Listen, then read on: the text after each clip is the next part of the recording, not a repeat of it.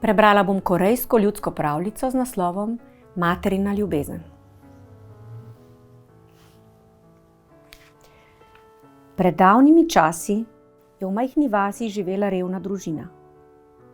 Mož je delal kot hlapec pri bogatem kmetu, žena pa je pekla odlične riževe kolačke in jih prodajala.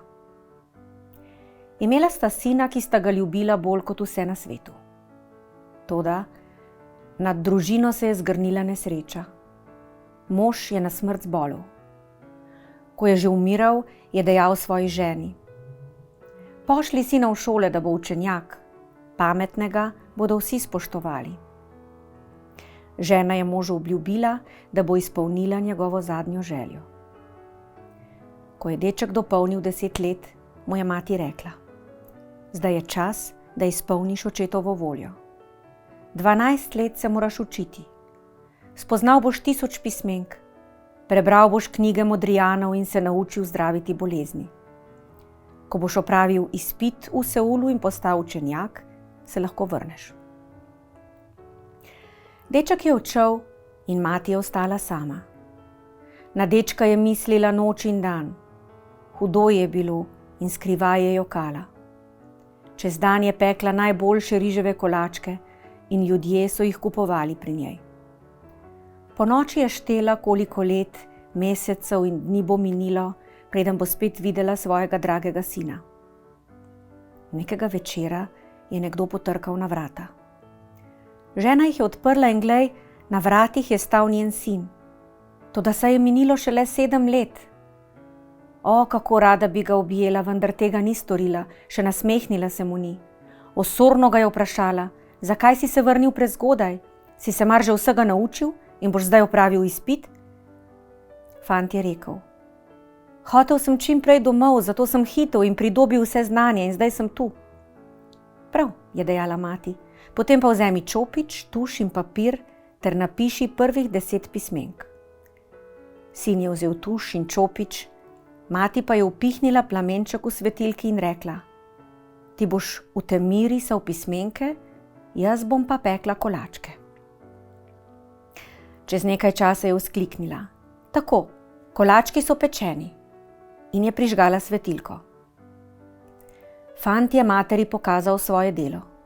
V temi je narisal grde, krivuljaste pismenke, na listu je bilo vse polno pack.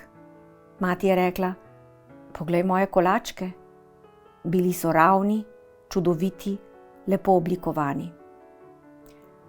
Položila je roko na sinovo ramo in mu dejala: "Vrni se v mesto in pridi domov, ko boš temeljito znal vse, kar moraš znati." Dala mu je culico in ga pospremila do vrat. Fant je hodil proti mestu in jokal. Zdelo se mu je, da ravna mati z njim kruto in krivično, da je njena ljubezen do njega ugasnila. Ko je prispel do mesta, je razvezal culico. V njej so ležali kolački. "Če zna mati v temi narediti tako lepe kolačke, je to zaradi dolgotrajnega dela. To zmorem tudi jaz." Minilo je 5 let in nekega večera se je sin vrnil k materi. Že oddaleč je vzkliknil: "Naredil sem izpit in doumel vse znanosti, tudi skrite." Na mizo je postavil čopič, tuš in papir ter upihnil svetilko. Čez 10 minut je rekel materi: "Prižgite luč."